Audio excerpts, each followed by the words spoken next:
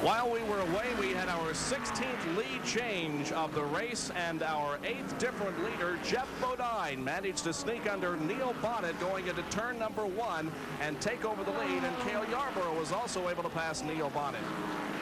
And now it looks like that Cale Yarborough has passed the leader, Jeff Bodine, and he has gotten his lap back. So the leader continues to be Bodine, but Cale Yarborough, who came in for a pit stop just a few seconds ago, has gotten his lap back. And Tim Richmond also had some problems in turn number 2. Well, the defiant one, that probably best describes Tim Richmond. He goes where sometimes fellow drivers don't want to go. Tim really whistling her into number 1. Harry Gant trying to get through also. He moves up, and he and Tim come very close going into turn number 1, and Timmy has to get out of the throttle and out of the racing lane to save it. Well, don't let this be said it's a one-groove racetrack, because we saw there were at least 3. And look at Bodine. He's still banging on Cale Yarborough. Bodine knows that right now the yellow flies and all that work that he went through is down the drain, because Yarborough is on the same lap now with Jeff Bodine. Every lap is like a white flag right now for Cale Yarborough. He's got to stay up front. Jeff Bodine currently first, started in 18th position.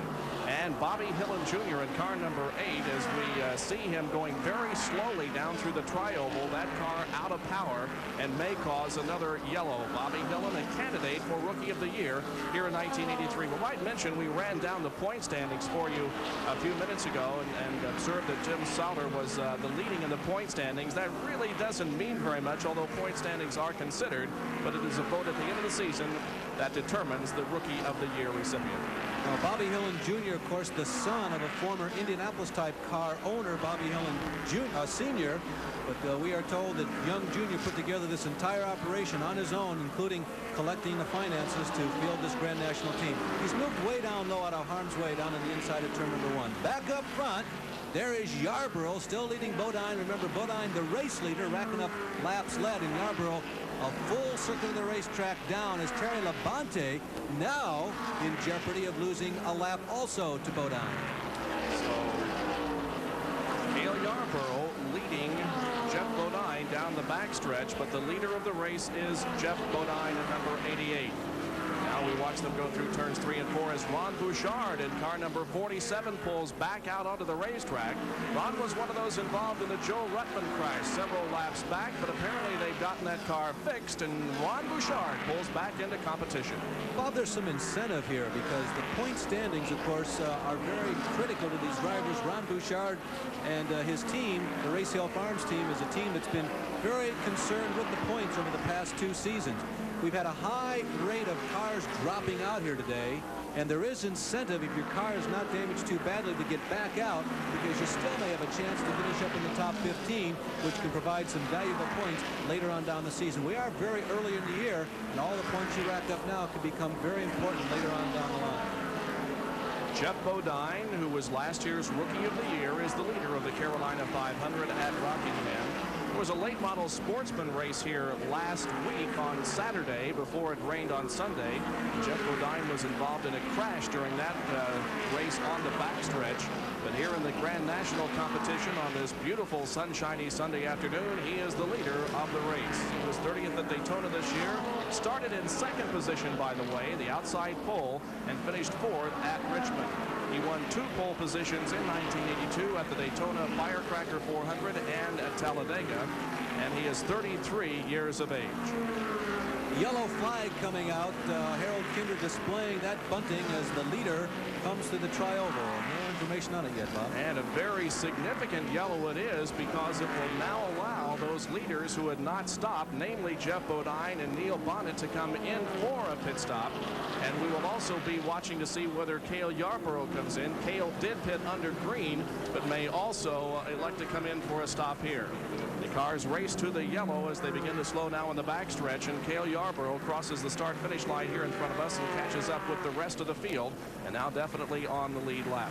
I think we're going to see wholesale pit stops. Pit road is going to be very active right now, and important pit stops. You can't call them critical yet. We're lap 271, 490 plus to go, but these are important. It's a maintenance type stop. The crews have to be not exactly speedy, but they've got to be precise and concise, and hope that they're making the right fine-tuning adjustments to the chassis setup and all the other changes they can make on on these cars. There's Bodine on the top and Bonnet on the bottom. The two leaders of this race, as Bob mentioned to you, Yarborough will now be back on the tail of this lead lap. And who knows, maybe even getting out of the pits a little earlier than these two lead cars. He could end up being on the racetrack right on their back bumper. Bodine is away, continuing to maintain the lead, as Neil Bonnet now is away also. So both of the lead cars back out on the racetrack. And we see Darrell Waltrip also pulling out of the pits, as is and Terry Labonte. So Labonte was in for another stop, and he gets back out into competition. Labonte did slip one lap behind. Here's the man who was the leader momentarily. He was the last of the cars in the lead lap to come in for the pits. And now Bobby Allison will be pulling into the pits, and they perhaps will have an opportunity to check over this engine situation. There you can see the hood going up. Meanwhile, Cale Yarborough is also in for a stop, as they're changing rubber on the right side of that car. So both of these crews working very hard on their respective automobiles.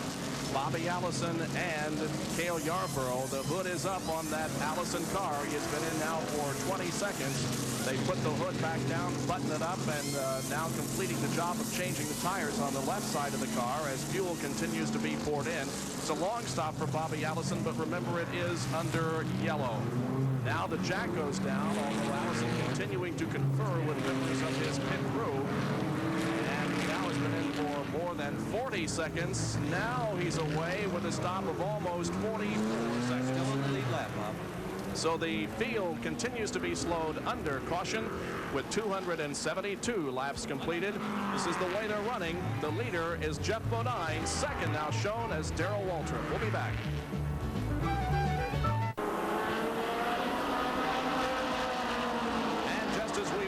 The green flag comes out. We're back to racing once again for the Warner Hodgson Carolina 500, the third stop on the 1983 Winston Cup NASCAR circuit for this year. And we will have several of them for you live here on ESPN. In this race, Jeff Bodine is the leader. Right behind him is Darrell Waltrip. Third place belongs to Neil Bonnet now. Fourth place is Richard Petty. And fifth place is the number 27 of Tim Richmond. That's the way that the NASCAR scorers have them for us. Jeff Bodine in the number 88 Gatorade Pontiac. Jeff from Pleasant Garden, North Carolina, setting the pace, and Darrell Waltrip now is beginning to show his stuff in second position. Whom did you say? I don't think we'd heard from him yet today, had we? There's the leader, Jeff Bodine. There is Darrell Waltrip in number 11 in third place. Right behind him, Neil Bonnet, followed by the number 33 of Kerry Gant, although Gant is off the pace. Yeah, there's a possibility we're looking at an example of how relatively insignificant, I don't want to say insignificant, but relatively insignificant the first half of a race can be. Waltrip obviously didn't even have any designs on challenging for the lead during the first 270 laps of this race. And all of a sudden, after a mid-race caution flag, a relatively routine caution flag for a stalled car, there is Waltrip, where we have seen him so many times right up. The leader of this race is also beginning to pass, and he is now up to fifth position as he moves to the inside and goes around Tim Richmond. 216 laps to go in this race, and Cale Yarborough on the move once again, moving up into fifth place.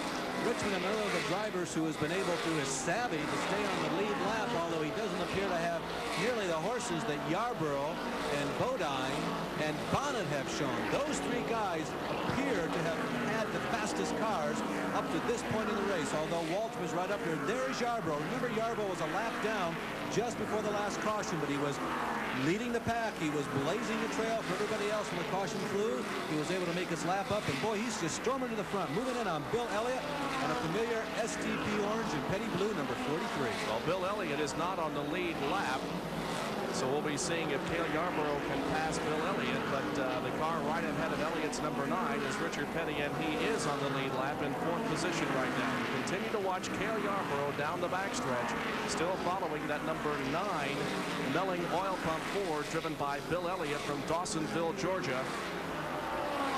Well, here's an interesting theory for you as we look at Yarborough and the number 9 car of Elliott. Remember this car for the point standings later in the season. And look at the difference in handling here as Cale Yarborough is able to move to the inside of Tim Richmond and pass him in the third turn. Well, Richmond not quite hooked up properly as far as the chassis go. You saw the car get a little out of shape first, and it cost him some RPMs and some speed, and it made passing very easy for Cale Yarborough. 107.634 miles an hour, the average at the end of 260 laps. We have now completed 281. That average will go down just a little because we have had a caution period since that 160th lap. Now Cale Yarborough has been able to pass Bill Elliott, and now he sets his sights on the 4th place running Richard Petty. Cale Yarborough trying to get back up into the lead. We have had 8 leaders in this race, and we have had 17 lead changes. Always good competition here at Rockingham. We have 9 cars on the lead lap at this time, and still about 200, a little over 200 laps to run. Terry Labonte, meanwhile, the number 44, as we continue to watch this situation on the racetrack. Here is Terry Labonte now moving into the pit area once again, and the crew unhooks the hood and raises it to see what the problem is with that Labonte car. Boy, they've had about a half a season today here at Rockingham. He's run fast. He's been able to skirt some problems on the racetrack. He was close to a crash. He's run with the leaders. He's been in the pits a lot. Just about everything could possibly happen. He's been pulling that car down a little bit. Perhaps a little bit of an overheating problem as they're dousing the front radiator area of the number 44 machine of Labonte. The very picturesque sandhills of southern North Carolina is our location. Rockingham, actually, we're about 20 miles north of Rockingham at North Carolina Motor Speedway, a racetrack that is just a little more than 1 mile in length for the Carolina 500. One of 2 races that will be run here this year. Look at this, the situation on the racetrack. The leader, Jeff Bodine, 2nd position. Darrell Waltrip, 3rd, and the challenge for 2nd place by Neil Bonnet. And running in 4th position is Richard Petty. Now the 4th car in the string here is Harry Cann, and he is not on the lead lap. There's the leader, the number 88 Pontiac, driven by Jeff Bodine down the backstretch. In addition to those just mentioned here, the others still on the lead lap, Bobby Allison, Tim Richmond, the number 3 car of Ricky Rudd, and of course the number 28 of Cale Yarborough. 286 laps are completed. We'll be back in just a moment as the work continues on that Terry Labonte car.